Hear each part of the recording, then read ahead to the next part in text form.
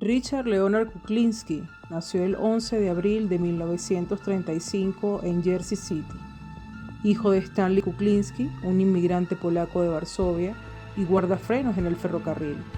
Su esposa, Anna McNally, una católica, hija de inmigrantes irlandeses de Dublín que trabajaba en una empacadora de carne durante la infancia de Richard. Richard tuvo una infancia muy dura. Era continuamente maltratado por sus padres, sobre todo por su padre, Stanley Kuklinski, un hombre extremadamente violento, rudo, alcohólico, quien le pegaba con mucha regularidad y con una agresividad sin igual. Lo maltrataba de tal manera que muchas veces lo dejaba inconsciente. El maltrato no era solo para él, sino para el resto de sus hermanos y hasta para su propia esposa. Su madre también lo maltrataba, ya que creía que la disciplina severa debería ir acompañada de una estricta educación religiosa, y crió a su hijo en la religión católica, donde sirvió como monaguillo. Los golpes, lamentablemente, era como se resolvían los problemas en casa. Un episodio que quedó muy marcado en la vida de Richard, estando muy pequeño. Con tan solo 5 años de edad, fue cuando su padre llegó a casa con una actitud muy violenta, gritando y dando puñetazos. En ese momento su vida cambió para siempre. El padre, Stanley Kuklinski, acostumbrado al maltrato, a más no poder, ese nefasto día se le fue de las manos la situación, cuando por una golpiza acabó con la vida de su propio hijo Florian, con tan solo 8 años, quien era el hermano mayor de Richard. Luego de acontecida esa situación tan penosa, la familia Kuklinski mintió a la policía en ese momento, diciendo que se había caído por las escaleras, pero todo era una mentira. Lo cierto es que la brutalidad de ese hombre no tuvo límite alguno. Tenía aparte 2 hermanos menores, su hermana Roberta y su hermano Joseph, que fue condenado por hacerle cosas muy perversas a una menor de tan solo 12 años de edad, ocasionándole la muerte. Joseph Kuklinski fue detenido por ello en su casa el 16 de septiembre de 1970. A raíz del episodio que sucedió con su hermano mayor, que lo hizo quedar muy traumatizado, eso tuvo consecuencias demoledoras en Richard, ya que a raíz de ese episodio, Richard se convirtió en un niño encerrado en sí mismo, problemático con los estudios y con serias dificultades para relacionarse. También agravado por la dislexia que padecía, el pequeño se convirtió en el blanco de las iras y de burlas de los pandilleros del barrio y del colegio.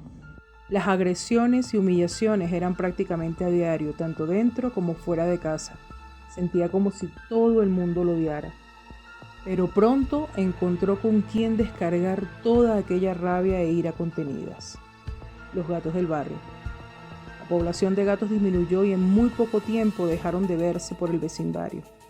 Richard se dedicó a torturarlos y a estrangularlos mientras les miraba a los ojos, deleitándose con los estertores de la muerte. Pero fue a los 13 años cuando Richie llegó al límite. Tras llevarse una paliza por parte de una banda callejera, cuando llegó a casa el padre también lo golpeó brutalmente. Era su modo de enseñarle que no se podía dejar someter por nadie.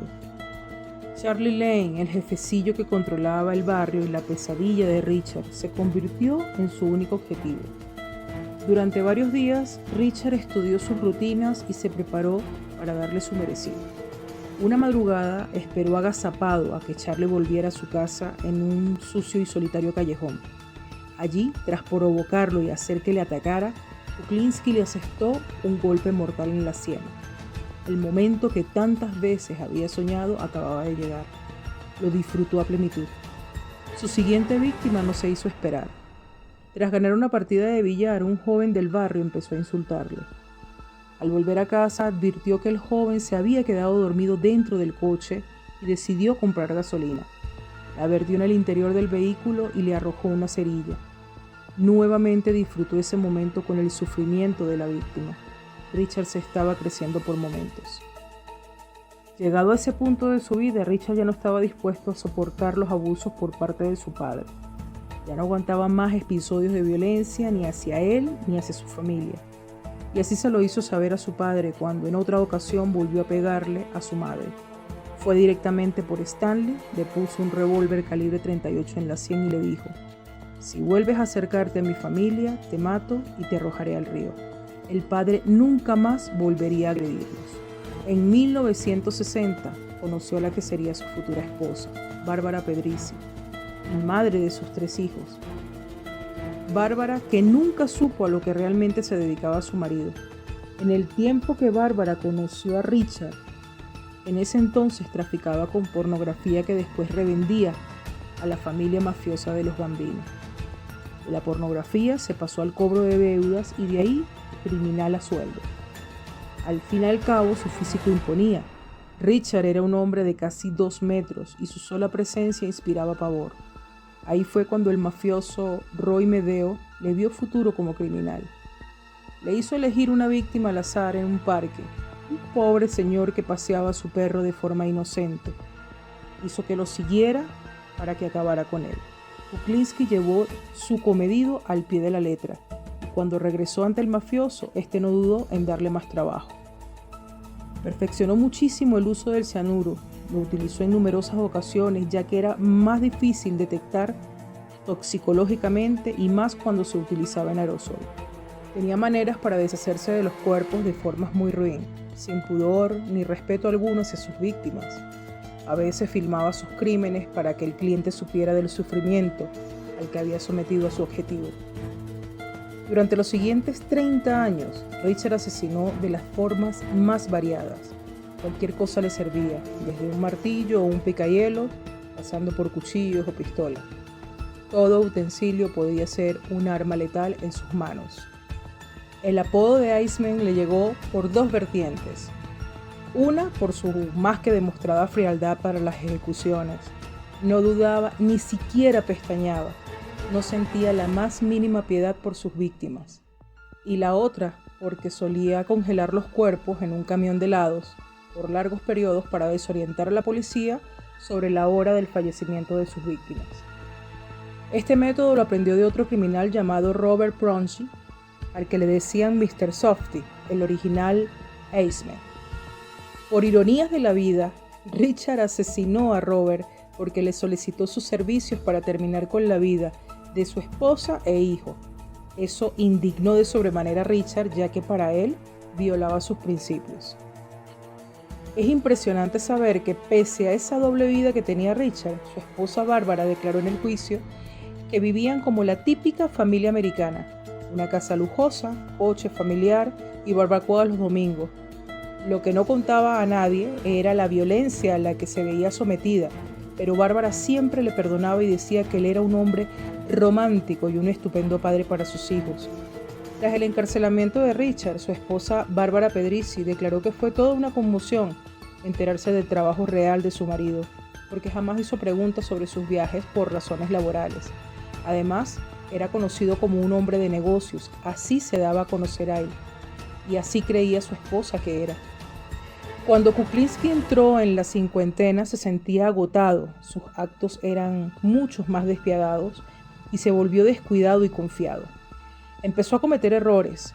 La policía comenzó a cercarlo tras quitar de circulación a varios de sus socios por un asunto de atracos. El detective Caney de la policía de New Jersey contactó con un amigo de Kuklinski y metieron como infiltrado al agente Dominic Polifrone. La excusa, contratar al gigantón para un trabajo. Todos los detalles fueron grabados y una vez ya reunidas todas las pruebas y testimonios, se produjo su detención. Fue en diciembre de 1986 y en 1988 el tribunal lo condenó a 2 cadenas perpetuas continuas por 5 asesinatos. Solo podría salir en libertad a partir de los 110 años. La frialdad con la que Richard Kuklinski confesaba el motivo de muchos de esos crímenes era escalofriante. De los cientos de crímenes cometidos por Richard Kuklinski, hay uno del que se arrepintió soberanamente por lo cruel que fue. Justo cuando iba a liquidar a un hombre, este empezó a rogarle a Dios por su vida. Lo hizo suplicando y sollozando. Ante esta situación, Richard le dijo que le daba a Dios 30 minutos para que le salvara. Pasada la media hora, Iceman lo ejecutó. Aquello incluso para el propio asesino fue del todo cruel. De sus palabras salió: "No estuvo muy bien, es algo que no debería haber hecho", se limitó a decir. Kuklinski falleció el 5 de marzo del 2006 a los 71 años. Según las autoridades se debió a causas naturales, aunque para algunos expertos su muerte fue más que sospechosa.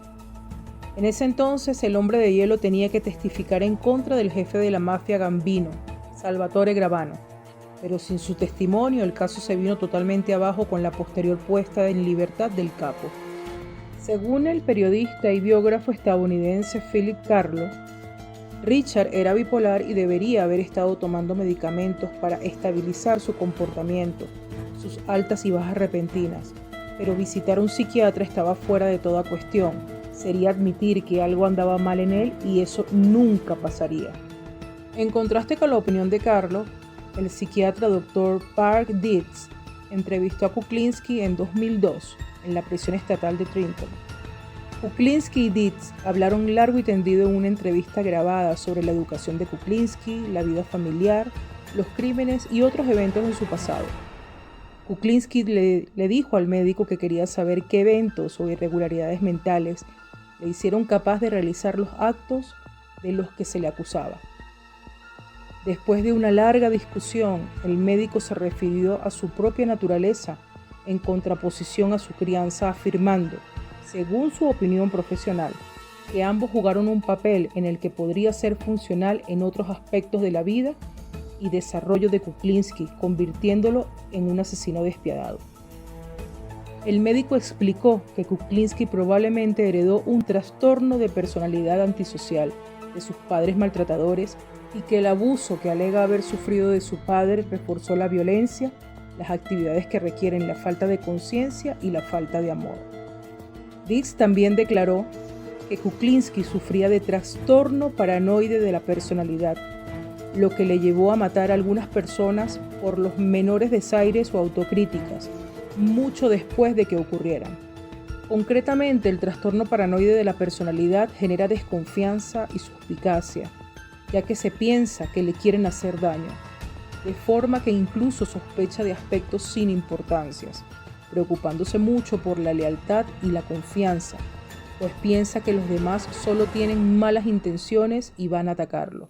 Tampoco olvida ciertos errores o desprecios y a consecuencia de ello puede que actúe de manera precipitada, como en este caso llegando a matar. Lo más impresionante de todo es que cada uno de nosotros al venir a este mundo estamos con una inocencia de la más alta pureza, pero de ahí a saber lo que nos depara el destino es algo totalmente incierto. No estoy acá para juzgar, no estoy acá para señalar. Sé que muchas de las conductas de muchas personas que son de almas perversas tienen sus orígenes en situaciones muy nefastas en su vida. Por lo general, son vidas muy ruidosas, muy dañinas, aparte de una condición mental que muchas veces no es descifrada a tiempo como para ayudar a mitigar un poco esos demonios internos que tenemos cada uno de nosotros. Aquí no se trata de señalar, aquí no se trata de juzgar. Solo digo que la naturaleza humana es totalmente impredecible. Y eso que hay personas que dicen, yo nunca haría, yo nunca se puede decir nunca. Porque la mente es algo tan maravilloso que así como te puede ayudar a subir para agarrar vuelo hacia cosas maravillosas, te puede bajar y llevar hacia lo más profundo de tu oscuridad interna. Les agradezco infinitamente el que me hayan acompañado escuchando este breve relato basado en hechos de la vida real. Traten de vivir a su ritmo y cuando sientan que ya no dan más, solo respiren. Hagan un break y respiren. La vida se trata de eso. Muchas gracias a todos.